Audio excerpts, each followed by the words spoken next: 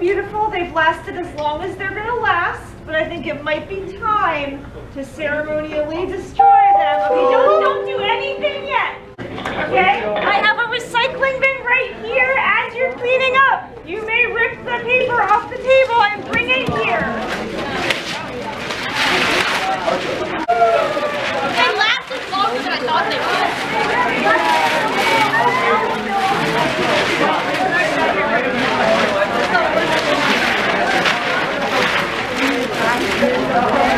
Merry Christmas.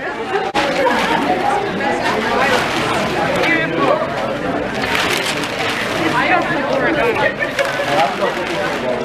Yeah, we really compressed it when I don't need to get a second recycling bin. I love breaking things. I had a feeling you guys might enjoy this experience.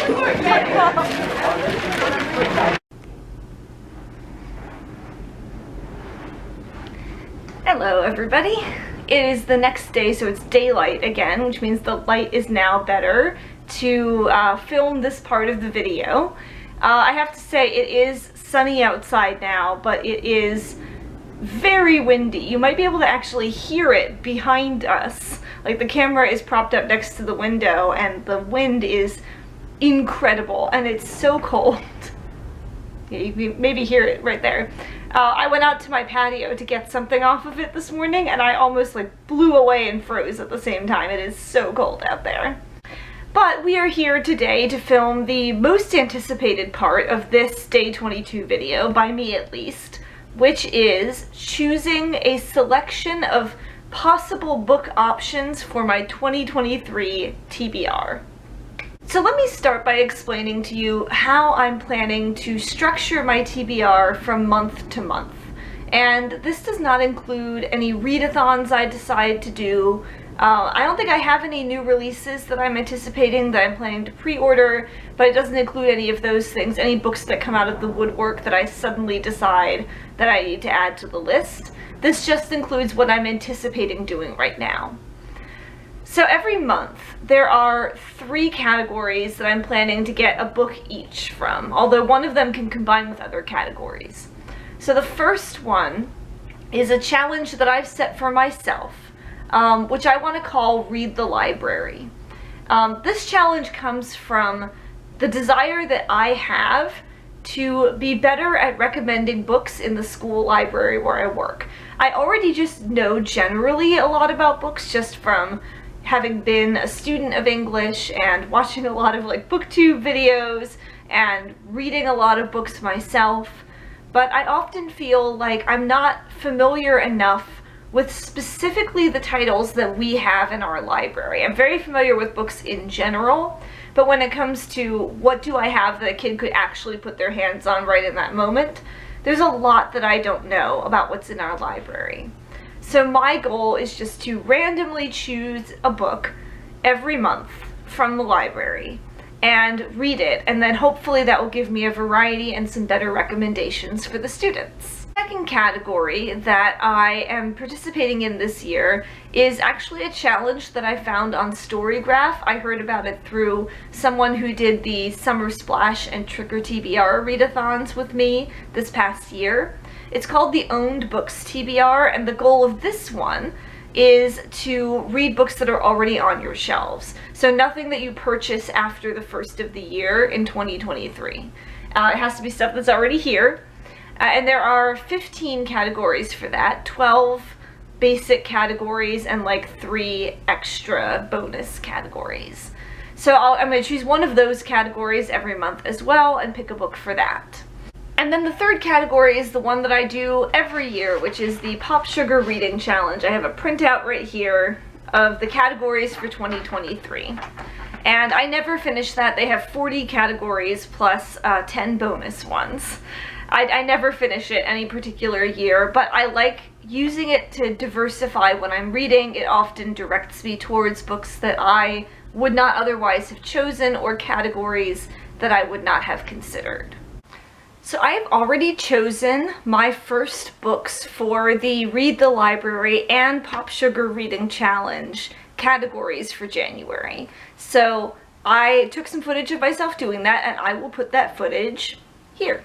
Alright, I'm gonna choose my first book for the Read the Library challenge. Sorry about the donut in my hand. The thing about the day before winter break is that you walk into a room and you are just spontaneously given like food. So I have I think it's a butterscotch donut. It tastes like butterscotch, it smells like butterscotch, I'm pretty sure.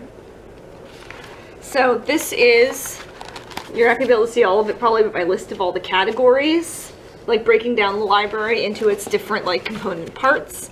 So I am going to use a random number generator to choose what category my first book in January is going to be from. Okay, here we go. First Read the Library category is 25. Alright, so that is last names. So there are 2 shelves with last names, authors fiction that start with Y. Let's go again. 1. So my book is going to come from this shelf. Let's see what it's going to be. I need to count how many books are on this shelf. There are 12 books on the shelf. Book number 10 is going to be the one. So 1, 2, 3, 4, 5, 6, 7, 8, 9, 10. I feel like I really lucked out with this first choice. So I chose random number generator, let me choose what section of the library my book was going to come from. I chose fiction, authors with the last name Y.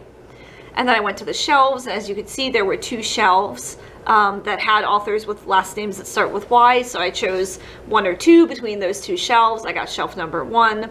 And then I counted the number of books on that shelf by authors whose last names started with Y, and there were 12. I got number 10, which is Nicola Yoon's The Sun is Also a Star. I'm actually not sure what this book is about. There's no description on the back, and it's not jacketed, so there's no description on the front either. I do have the Goodreads description up, which I'll just sort of cold skim right now.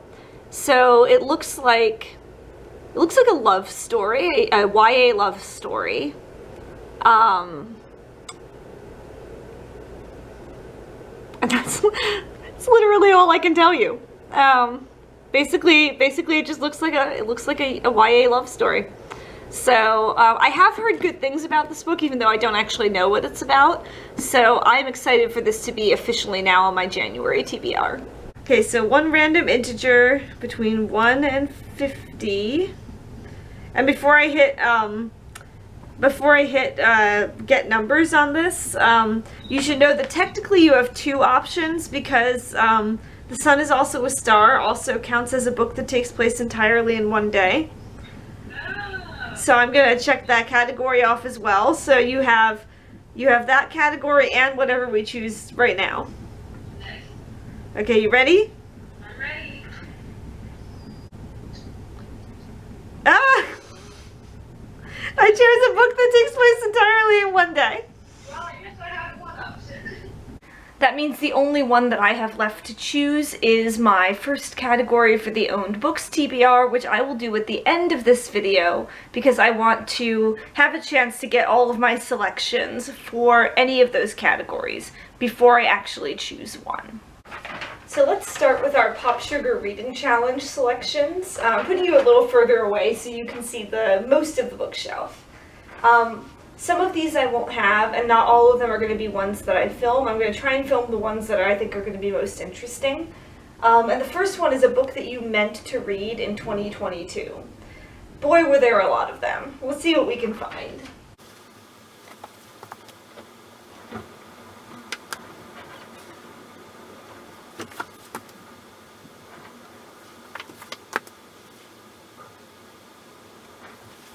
For some of these categories, if I have a lot of books that fit, I might not put all of them on my little TBR shelf. I might like curate the 4 or 5 best ones, but all of these that I am holding are going on my TBR shelf, both because I can't choose between any of these children, and also because I think every single one of them, if not most of them, fits another category of book that I'm going to be reading this year. So they're all going to end up on there anyway. Alright, let's start with the obvious one, A Restless Truth by Freya Marske. A Marvelous Light was my favorite book of 2022. I was supposed to read this one on November 1st when it showed up on my doorstep. I did not get to it. Then I was supposed to read it in December. I can tell you right now I'm not going to get to it. I think my plan for December, after I finish A Cat Cafe Christmas, is just to spend the last week reading like a couple of like the picture books and short stories that I have in my Goodreads TBR. So that means we're going to go into January without me having read this one. So I meant to read it in 2022. I desperately want to read it in 2023. Like as soon as possible. I Kissed Shara Wheeler. I was supposed to read this for the Summer Splash Readathon. Didn't get around to it. Sea of Tranquility by Emily St. John Mandel. This and Station 11. Station 11 is probably going to go on here too. Meant to read it. Didn't get to it. The Only Good Indians. I've meant to read this for years. Didn't get to it. And then we have the two sort of greatest hits of Aidan Thomas. Cemetery Boys, which I really, really desperately need to get to. This was on like 3 of my TBRs this past year. And then his new Sunbearer Trials book, which everyone has been talking a lot about, and which I really wanted to read. I knew, from the moment I purchased it, I knew I wasn't going to get to it in 2022, but that means that it's carrying over into 2023 unread, and I really want to read it. Okay, I've curated a couple more books at this point. There's a category for a book about a vacation. This is the only one I could find that had a vacation, other than this one, which is in a different category.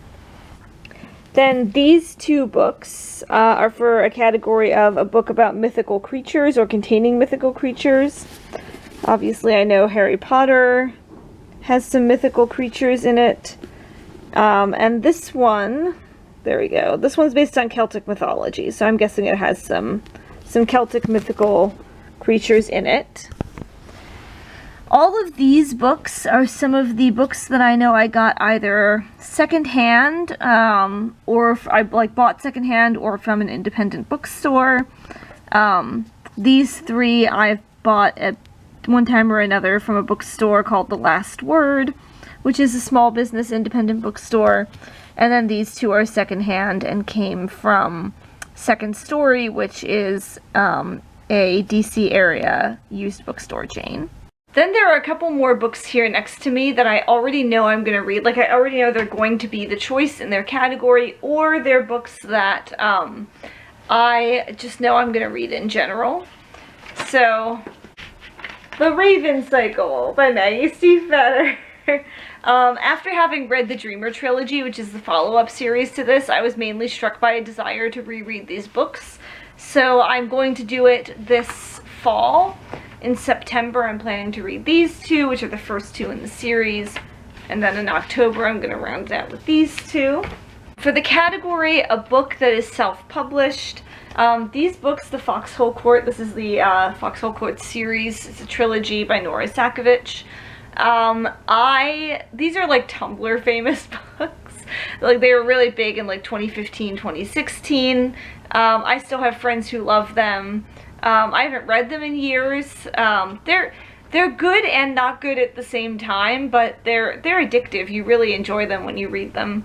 So this is the main self-published book that I already own, and I'm just planning to reread the trilogy. A book that started out as fan fiction. There are a couple of options, but I desperately do not want to read The Love Hypothesis. I would like to avoid that if at all possible. So I am reading Zero at the Bone by Jane Seville, which is based on Brokeback Mountain fan fiction. I know this because I read the Brokeback Mountain fan fiction it was based on before it was published. That's how I know.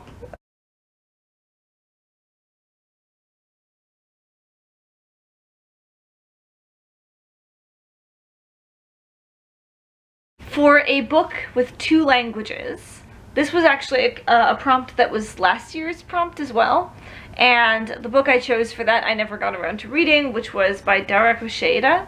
It's Motherfuck Lore. Yes, it's pronounced the way you think it is, to make the pun that you think it's making.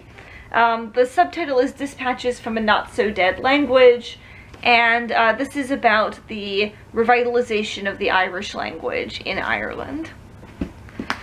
For A book you read more than 10 years ago. I actually borrowed this from Florence. It's Out of the Dark World by Grace Chetwin. I read this when I was in 6th or 7th grade, adored it. Might have read it again in high school or maybe early college, but I have not read it since then. That is definitely more than 10 years ago. And then for the category of a celebrity memoir, I bought Niall DeMarco's Deaf Utopia when I was at the National Book Festival this past September. And I don't tend to love memoirs, and I don't own a lot of celebrity memoirs, nor am I interested in a lot of celebrity memoirs, but this one I think I'm really going to enjoy. So this is definitely my choice. I'm not going to look for a backup. I know I'm going to read this. Okay, I had to put some more of the footage on my camera onto my Google Photos, and so while I did that, while I was waiting for all of that to transfer, I curated a couple more piles here, so let's look at them. These are all ones where it was another category where I could only find one on my shelf, and I'm not sure it's the one I'm going to want to read, but it was all I could find. So for a book with alliteration in the title, I chose Briar's Book, which is one of the Circle of Magic books. I loved these books, and I had such a crush on this character when I was like 12 years old. So that one's on there. One of the categories is also a book from a celebrity book club, and I'm sure I have plenty of those, but I didn't want to do a lot of Google searching today, so I just looked for ones that had like a sticker on them saying that they were, and the Christie Affair has a Reese's Book Club sticker. A book about a family, again, like every book practically is about a family, like characters just have families. But the one that I mainly found that was about a family was a taxonomy of barnacles, although, as I say that, I realize that the House of the Spirits is also about a family. So let's plop that on there. I should clarify, especially since there are going to be piles that have more than one book for the same category coming up, that both of these books are for a book about a family, but I'm not necessarily going to read both of these. These are just both options, and when I get to that category, I can choose, do I want to read this one, do I want to read this one, or do I want to read neither of them, and I look for a different book. Alright, Pacific Rim novelization. I have this novelization. I don't love novelizations of like films and TV shows, but this one is actually pretty good. This is for the category, a book that's based on a popular movie. And I guess it could go the other way around too, where you could choose a book that was made into a popular movie, but I decided to be very literal and go for a book that was written in response to the movie and not vice versa. And then this one's a little bit of a stretch, but not really. There's a category for a book that has song lyrics in the title. Obviously this is a pun, a paraphrase of This Land Is Your Land, but I thought that it fits. This is about like the women's rights movement in Oklahoma, like the suffrage movement in Oklahoma. I bought this at the National Book Festival too. Now for some other categories that have more, I chose more than one book for off the shelf, and again I'll choose between them when I get to that category. There was a category for books with only text on the front. So old books are really good for this. The House of Toys by Henry Russell Miller. Again, got at a used bookstore. Up the Down Staircase. This is a book about teaching. I got this from a woman at my church. C.S. Lewis's The Screwtape Letters. This is my dad's copy originally, which he gave to me when I was reading it for a sort of book club with friends. And then also from a used bookstore, I have this really old copy of Jane Austen and Her Art, which is a nonfiction about Jane Austen's writing. There were two books I found for the category of a book that is about Hollywood. So this one, Catch and Kill by Ronan Farrow, I've read before, a nonfiction about Harvey Weinstein and everything that he did. This is an excellent book. I'd be happy to read it again this year. The one I'm probably going to choose, though, is Siren Queen by Niveau, which looks amazing. It's a sort of like 1930s, I believe, era, like queer magical story. It looks really good. I really want to read some of Nivo's writing. And then these are all books that have maps in them. So I'll move them into less direct sunlight so you can see them. This one is about Europe in like the turn of the first millennium, the year 1000. There's a map in that. There's a map in The Eye of the World by Robert Jordan, although they almost got me because the map was not before the prologue, it was after the prologue, so I almost thought it didn't have one, but it does. I actually have 3 travel books by Bill Bryson, and all of them have maps in them, but I narrowed it down to this one, just because I'm already running out of space on that shelf. And then The Half-Drowned King is a novel about Vikings, written by an online friend of mine. And it's a really good book. If you haven't read it and you like Vikings, you should read it. It has a map in it as well. Okay, so I've already run into the problem that I am running out of space on my TBR shelf out there. So while I was charging my camera battery, I made myself cut down some of the categories where I put 3 or more books down to only like 2 books. So I put some books back on the shelf.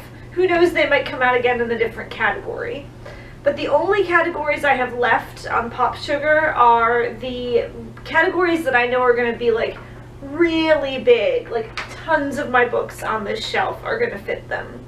So I thought I'd just do a little time lapse of me pulling those books off the shelf, trying to choose only 2 from each of these categories, and then I'll show you at the end what I picked.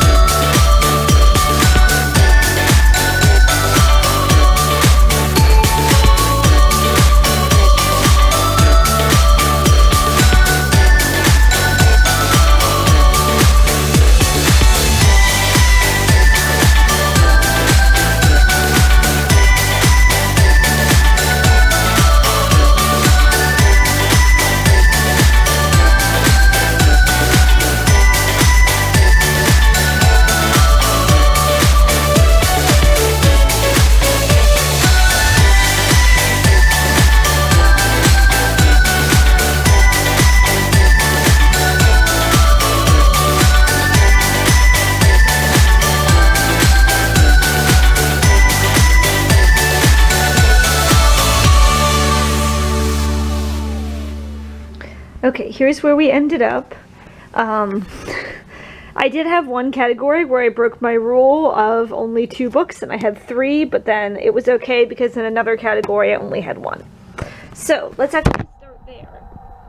One of the Pop Sugar categories is a book with girl in the title. I actually own 4 books with girl or girls in the title, but the other 3 I have no interest in reading at the moment, so this one, which I actually think I'm only kind of gonna like, just from flipping through it. This was the only one I'm gonna put on the list. Book with a queer lead is where I could not narrow it down from 3. It was again like choosing between my children. We have Tales of the City by Armistead Maupin. We have This Is How You Lose the Time War by Amal El-Motar and Max Gladstone. And we have Last Night at the Telegraph Club by Melinda Lowe. As for a book with a color in the title, I could do a reread of The White Mountains. Or, I have a book called The Red Queen, which my dad gave me several years ago and I still haven't read. Historical fiction. So much of what I read is historical fiction. It's one of my favorite categories. So narrowing this down was difficult, but Number the Star is one of my favorite books from either 4th or 5th grade. I don't remember which one. I could read that. Or my mom gave me this book. It's called Sunflower Sisters. It looks good. Kind of a female-driven historical fiction. So that's another contender. And then finally, this was my biggest category. The main character's name is in the title. This one, again, I thought I wasn't going to be able to cut down. I had to put back many books, including, this is Nicholas Nickleby right here, and this is The Song of Achilles. It pained me to take these off of the pile. I wanted to put all 4 of them on there, but I think they might come up with owned books TBR categories as well. So, you know, leaving them there. Lord John and the Private Matter. I love the Outlander TV series, but I'm not really that interested in reading the Outlander books, to the dismay of my former roommate. I am interested in reading the Lord John books, though, so I have this first one. And then I'm also a really big fan of the Horatio Hornblower miniseries from like the 90s, early 2000s. So Mr. Midshipman Hornblower is the first book in that series, and I'm putting it on the list as well. Okay, these are all books that I chose for Owned Books TBR categories, and we have a problem because not all of these are going to fit. Okay, so this is what my TBR shelf looks like right now. This is very clearly too many books, and of course, again, remember, I'm not going to read all of these. A lot of them are multiple options for the same category. There is one thing left to do, which is that I have not chosen my first category for the Owned Books TBR yet. So let's choose that category. We'll see if that narrows any of this down, and then we'll just leave this until the new year. Okay, so the Owned Books TBR has 15 categories, and the one for January is going to be number 9. Okay, which is a translated book. Okay, excellent. Let's find it here.